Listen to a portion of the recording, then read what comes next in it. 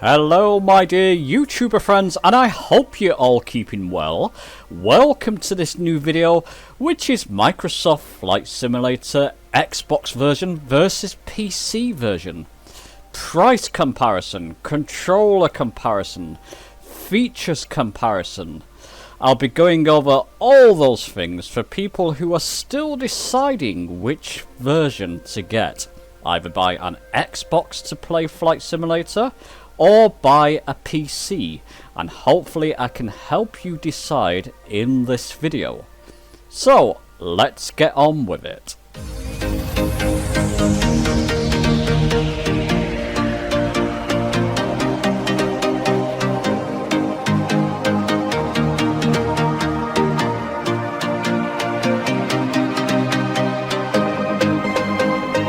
So let's address what can be considered the biggest elephant in the room, so to speak. The price difference between the playing Flight Simulator or buying a PC to play Flight Simulator or buying an Xbox to play Flight Simulator. Now my own PC settings, I'm running very much a medium spec PC. I'll put the specifications on screen. They're always on my channel page and About tab.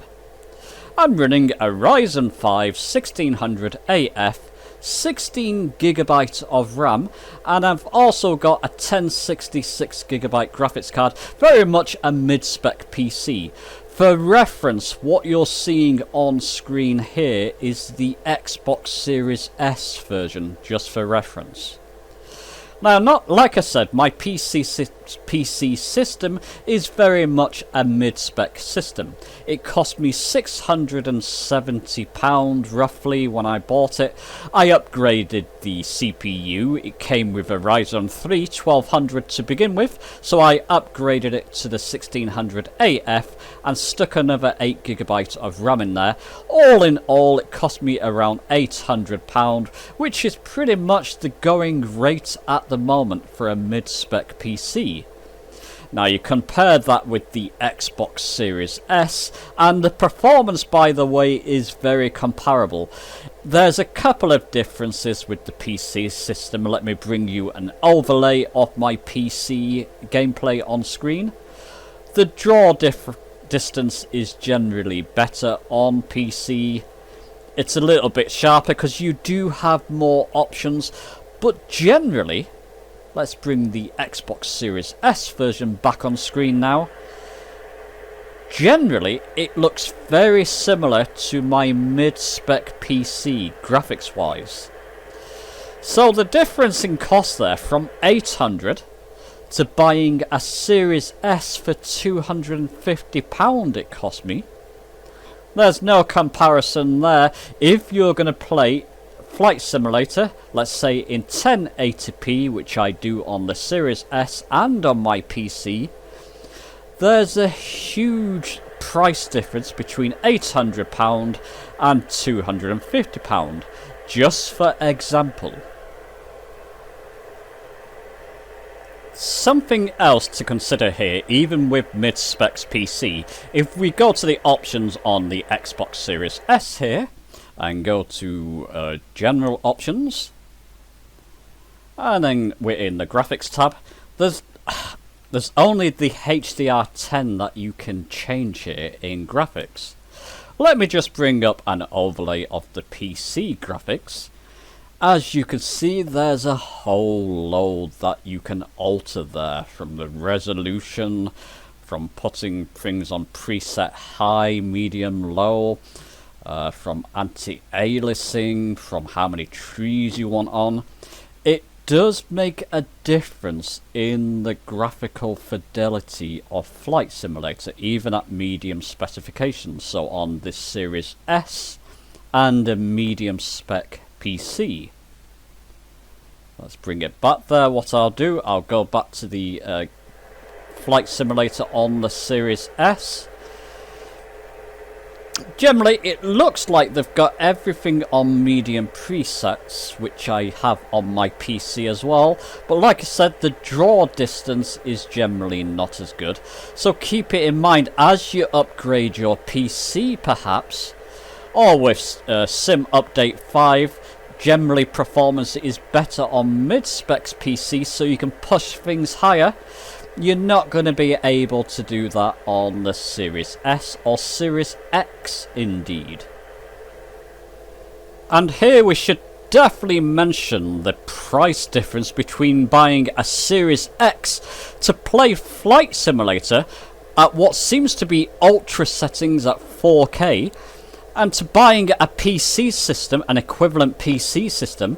The price difference here becomes even larger. For a Series X, of course, if you can get hold of one, they cost around £500, like I said, if you can get hold of one. For an equivalent PC system, again, if you can get hold of one currently, you're going to be paying at least between £1,500 to £2,000. So there's a huge difference there. If you have the capable TV or monitor at 4K and you want to play Flight Simulator in ultra settings, the Series X does seem to be the way to go at the moment. But there's other considerations that we've got to keep in mind, and let's go to them now. So let's talk about controller options, which is certainly a consideration that you should have in mind if you're planning either to buy an Xbox or PC to play Flight Simulator. Let's start with the Xbox consoles first. Currently, your only options are to use the default gamepad. I'm actually using that to record this footage.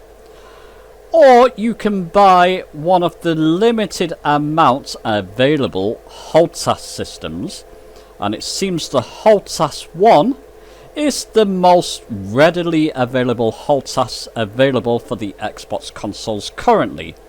Aside from that, aside from using a simple HOTAS or game controller, you don't have many more options on the Xbox consoles for flight controllers.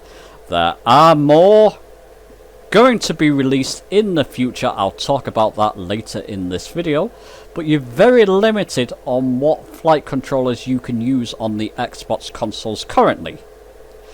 If we go over to the PC side, there's a whole plethora of controllers. Flight simulators have been available on the PC platform for around the past 40 years now.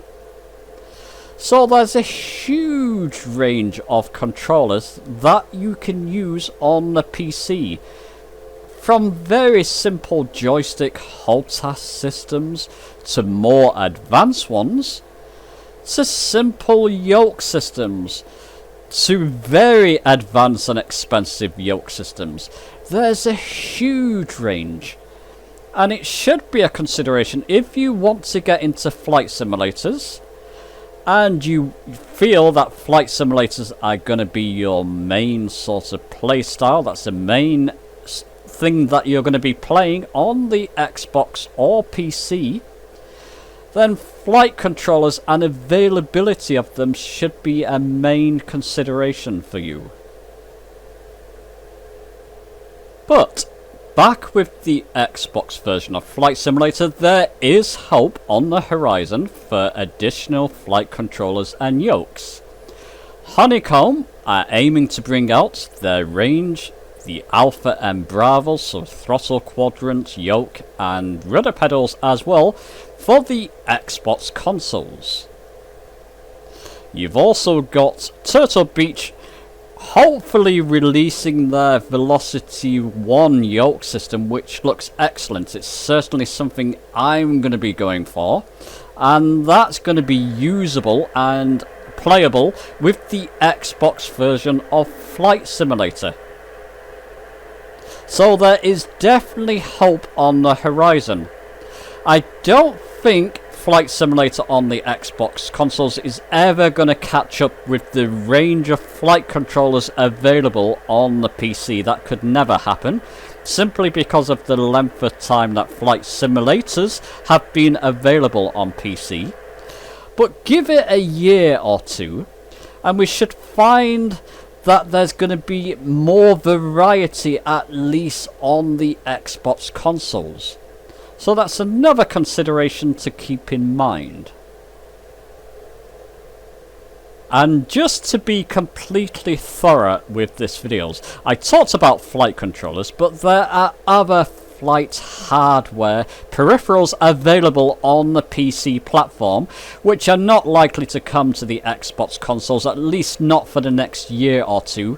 Things like the Logitech multi-panel, radio panels, switch panels. There's a huge range of extra additional hardware that you can use with PC flight simulation, and that should be another consideration that you should keep in mind, especially if you want to get into flight simulators in a big way. So now let's talk about mods and additional programs that you can use, download, and even pay for to use in Flight Simulator on both platforms. Let's start with the Xbox version first. Currently, if you want to buy or download for free any additional program or aircraft to use in Flight Simulator on the Xbox consoles, then the Flight Simulator Marketplace is currently your only option. You can't download and try other programs outside of the platform currently on the Xbox version.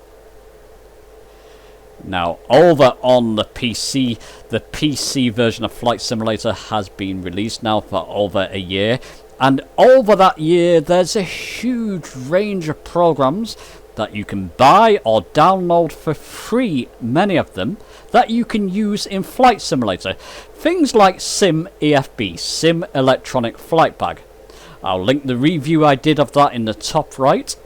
And I'll even show you an overlay of what that does in Flight Simulator. It lets you bring up routes and flight plans and airport plans and that type of thing. Lots of other good stuff.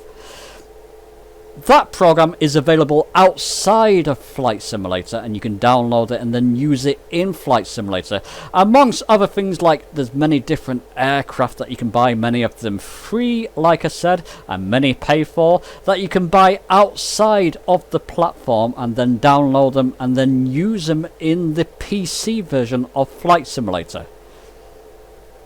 This may change for the Xbox version in the upcoming months and years. Microsoft may allow developers to put their programs on the Xbox Marketplace so that people can go and download them there. I've not come across any information confirming this, but it is a possibility. This may change. But currently, if you want to try and download and play and use many of the dozens of available free programs and paid for programs, then the PC version is the way to go with mods and that type of thing currently. And so on to my conclusion, and I want to leave you with one last closing thought. Now yes, Flight Simulator on the PC has the most options in terms of flight controllers, external programs and aircraft that you can buy and download and play in Flight Simulator, but the Xbox version will close that gap over the next coming years. If you're not sure that Flight Simulator is going to be your thing, you do want to try it, you like the look of it, and you think you want to get into it, go and buy one of the Xbox consoles, either the Series S or Series X. You're paying at least half the price of what you would pay for a gaming PC, and then you can see if Flight Simulator is your cup of tea.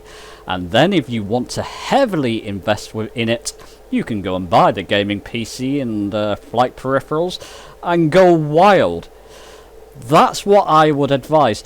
It will be interesting to come back after a year or so to see how that gap has narrowed even more. There should hopefully be a couple of extra flight yokes available for the Xbox consoles, and who knows, even a couple of other flight controllers and flight peripherals and programs.